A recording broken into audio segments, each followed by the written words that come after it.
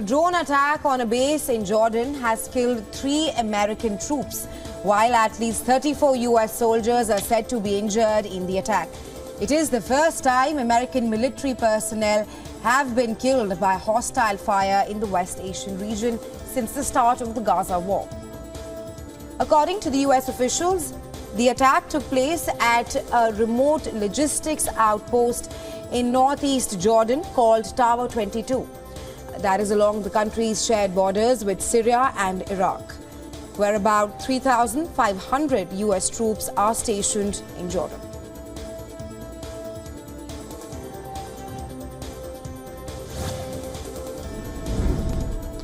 Republican presidential contestant and former South Carolina Governor Nikki Haley started off her rally in South Carolina's Conway with a moment of silence for the families of 3 U.S. service members who were killed in an aerial drone attack in northeastern Jordan.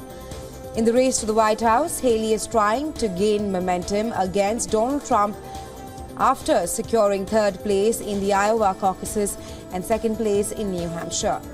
The Republican primary will take place on February 24th.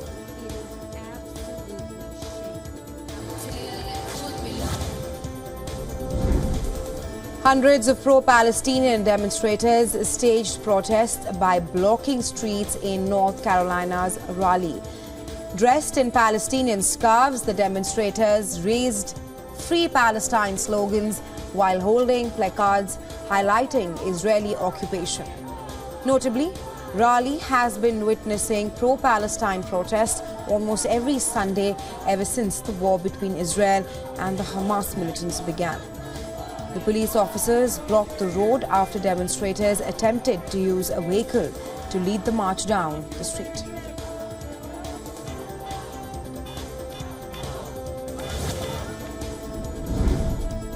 Thousands of Israelis, including ministers and allies of Prime Minister Benjamin Netanyahu, they gathered in Jerusalem on Sunday and called for the re-establishment of Jewish settlements in the Gaza Strip. Prime Minister Benjamin Netanyahu has rejected the resettlement in the Palestinian territory where Israeli forces are currently battling the Hamas militants. But the rally shows that the once fringe position has gained momentum within his government. The speakers of the rally exhorted the Premier to make this contentious dream a reality.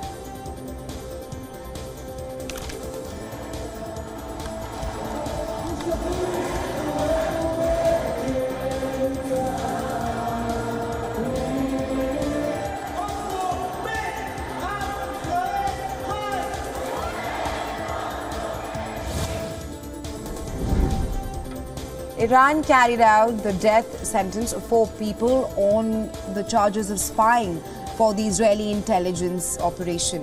The execution took place after the Supreme Court of Iran rejected their appeal. The defendants were accused of illegally entering Iranian territory from Iraq's Kurdistan region to carry out a bombing operation in an Isfahan-based factory which produces equipment for Iran's Ministry of Defense. According to the reports, the operation of these spies was meant to take place in 2022 on behalf of Israel's Mossad and was averted by the Iranian intelligence.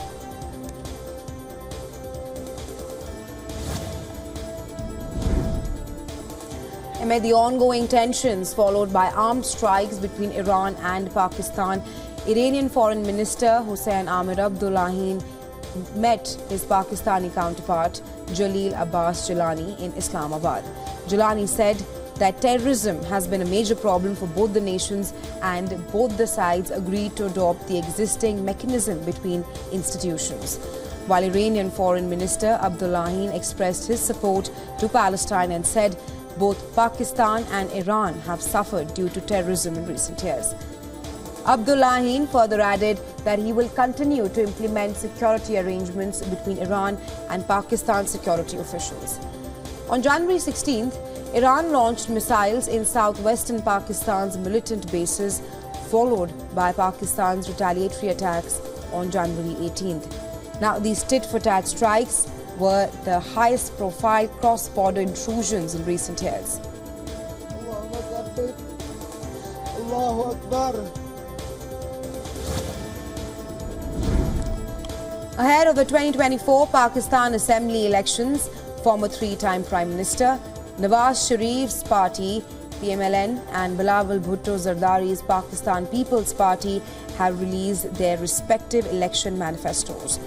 Former Pakistan Prime Minister Nawaz Sharif said if he is voted back to power, he would send a message of peace to other countries, including India. While Bhutto's party, PPP's manifesto focuses on poverty eradication and facilities for lower and working classes, along with healthcare, education, food security and women's empowerment.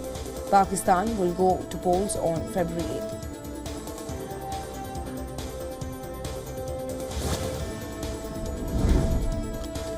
A day after the shocking shooting incident at Istanbul, Turkish Interior Minister said that the officials have detained 2 ISIS members in connection with the church attack. According to the Turkish Home Ministry, one suspect is from Tajikistan and the other is from Russia. Addressing the press, Interior Minister Yaralakia said that the police raided 30 locations and detained a total of 47 people as a part of the probe into the attack.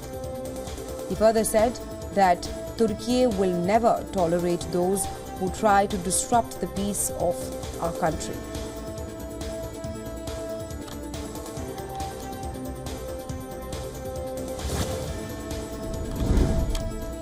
Hundreds of demonstrators and animal rights activists carried out a demonstration after the return of bullfighting to capital Mexico City after 2 years.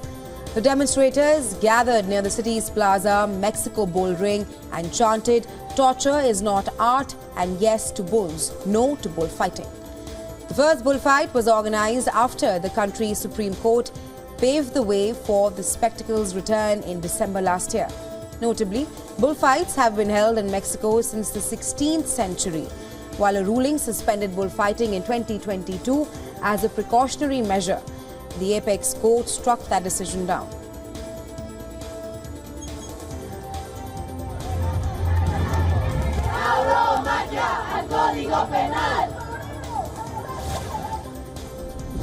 Members of the LGBTQ community took to streets in Sao Paulo to celebrate National Trans Visibility Day on Sunday at one of Sao Paulo's main streets, Paulista Avenue. The demonstrators called for an end to atrocities committed at the trans community in Brazil. Now, Brazil celebrates National Day of Trans Visibility on January 29th, and on this day in 2004, a group of transgender people went to Brasilia to launch the Trans People and Respect campaign in order to promote rights and bring attention to the plight of Brazil's trans population.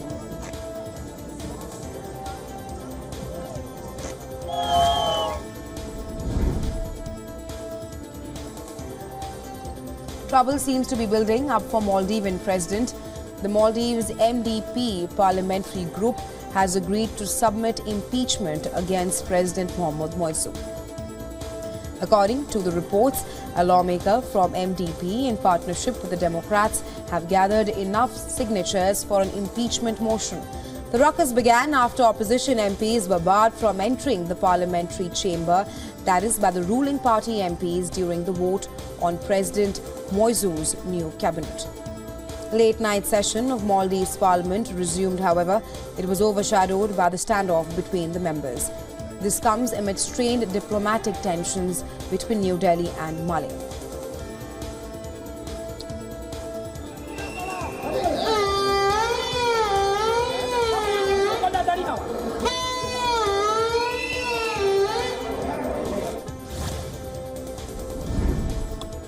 North Korea tested its new submarine-launched strategic cruise missile, reported by the state media KCNA.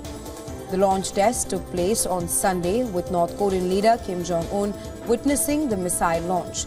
In past, foreign experts have questioned whether North Korea has the capability of successfully launching long-range missiles from submarines. Now, tensions in the Korean peninsula have increased in recent months as Kim continues its provocative threats of nuclear conflict with the US and its Asian allies.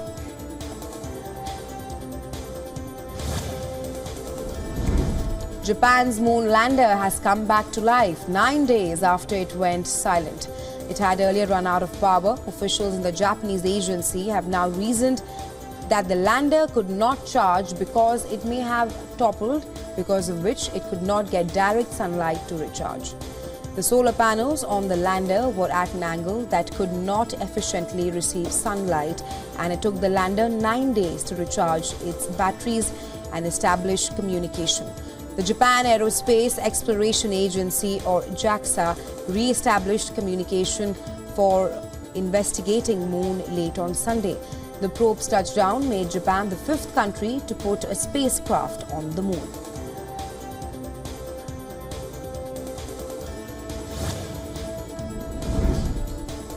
In a major boost to China-Thailand diplomatic relations, both the nations signed a visa waiver agreement at talks between the foreign ministers on Sunday. The deal, linked by Thai foreign minister and his Chinese counterpart, allows people from both the nations to travel to one another's country visa-free, that is from March 1st.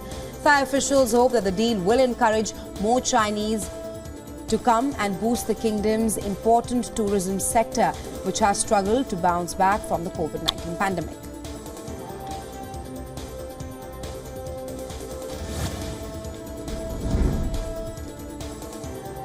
Kiragodu village in India's southern state of Karnataka remained tense after the authorities removed a Hanumandwj, which is a saffron flag bearing Lord Hanuman's portrait, from a 108 feet tall flag post.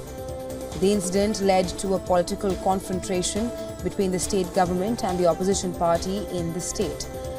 A large contingent of police personnel was deployed as a precautionary measure when people from the village and its surrounding areas, along with members of the opposition parties, gathered to protest against the removal of the flag. Subsequently, the police and administration replaced the Hanumandwj with the tricolour on the flagpole.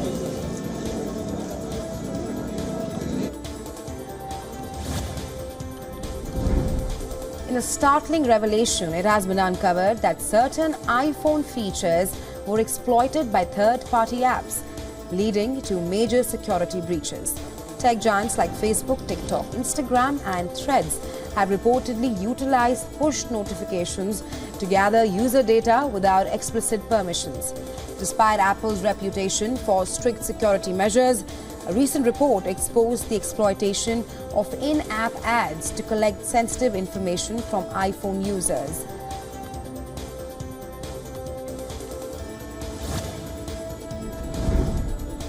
Elon Musk's SpaceX is facing a negligence lawsuit. In 2022, a lawsuit was filed against SpaceX over negligence following a rocket engine malfunction that fractured a worker's skull. The worker's wife filed the lawsuit in Los Angeles during a pressure test at SpaceX facility. Part of the Raptor V2 engine broke away, causing the injury. The incident highlighted issues at SpaceX, with over 600 unreported workplace injuries taking place.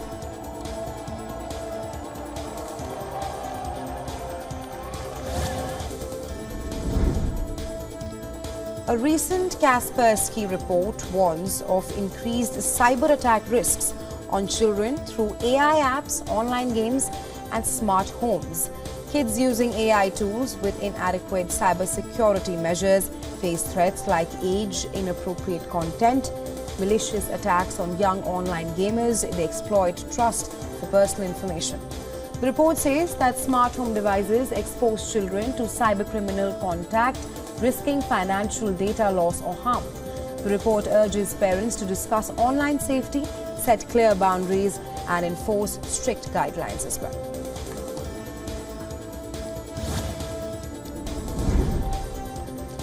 Major Boeing customer Ryanair said that it was hopeful that the 737 MAX 10 would be certified before the end of the year and flying at the start of 2025. Ryanair's chief financial officer said that it does not see the first Boeing 737 MAXs flying anytime in 2024 and said that the earliest regulatory approvals could stretch to the first quarter of 2025. Ryanair, which has become a symbol of profitability in the aviation industry, despite challenges like the pandemic, currently has orders for 150 Boeing 737 MAX 10 aircraft and is counting on those to support its current fleet.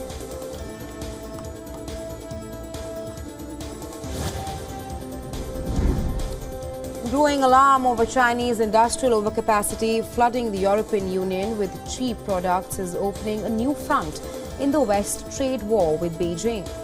The latest company to sound the alarm is Swiss solar panel maker Berger, which is facing the brunt of competition from China and is warning that it may have to close its loss-making production plant in Germany unless the government steps in with financial support.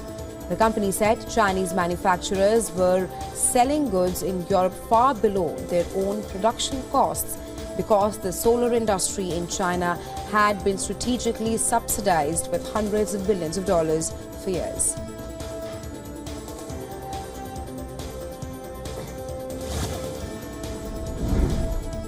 European banks like UBS have had a run of rising profits and record shareholder payouts. But now they face a big test this week when investors assess how fast the boost from higher rates is fading and if a weak economic outlook will make life tougher for lenders. The Stocks Europe 600 Banks Index hit its highest since mid-2018 this month, propelled by recovery in profitability thanks to higher rates, record shareholder layouts and little provisioning for bad loans. Yet, as banking executives bask in the good times, investors are concerned that the tide is turning due to lower net interest margins.